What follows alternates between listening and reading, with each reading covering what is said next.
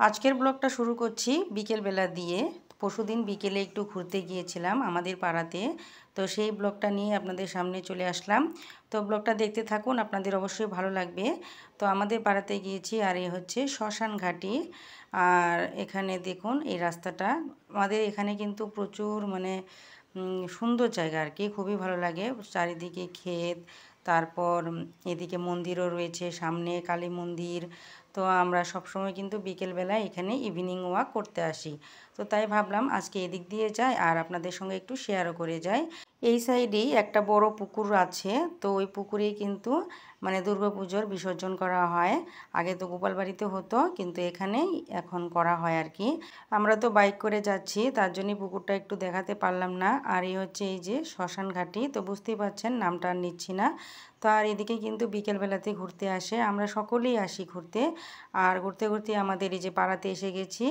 আর এদিকে একটা পিসির বাড়ি আছে, সেখানেই যাচ্ছিলাম আর কি একটু ঘুরতে। তো তারপরে যাব আমাদের বাড়ি, আমাদের বাবার বাড়িতে যাব। তো বরমশাই আমাকে রাখতে এসেছিল, তো সে একটু এদিকে কাজ ছিল, কাজটা করে তারপর সে তো বাড়িতে চলে গেছে, আর আমরা এসে গেছি আমাদের বাড়িতে। আর এই দেখুন এই যে গিটু আর আমার ছেলে মিলে খেলাধুলা করছে, তো তাদেরকেই বলছিলাম যে তোমাদের গার্ডেনিংটা দেখাও তো। কারণ দাদা দেখুন এই যে কত সুন্দর করে গার্ডেনিং করেছে, তো নানান রকমের কিন্তু ফুল ফুটেছিল, তো ফুলগুলো এখন নাই। তো আমিও সেই জন্য দেখতেছিলাম, আর বৌদিকে বলছিলাম যে কত সুন্দর ফুল ফুটে আছে। তো বৌদি বলল যে না, আরও ফুল ফুটেছিল, সেসব এখন ফুলগুলা মুরঝায়ে গেছে।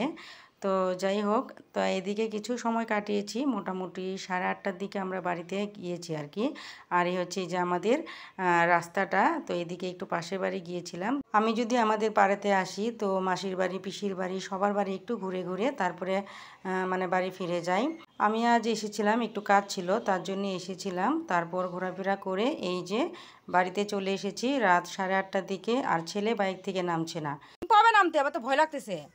আসো, কি জানি গো, নামছ? চলো। আমি পারি না, পারি না আমি। চলো ঘরে চলো, চলো ঘরে চলো। এটা নাও, কি এটা বলো তো? কিচ্ছু না। তো বাড়িতে তো এসে গেছি, এখন তো আর কোনো রান্না বান্নার চাপ নেই, কারণ দুপুরেই আমি সব রান্না করে গিয়েছিলাম। তো এখন শুধু ও খাওয়া মাত্র। বাপ রে বাপ, এতগুলা চকলেট আর জুস। তাহলে বন্ধুরা, এখন আর ব্লগটা বড় করছি না, আজকে এই পর্যন্তই। তো দেখা হবে কাল নতুন একটা ব্লগ নিয়ে। আজকের মতো রাখছি, টাটা, গুড নাইট।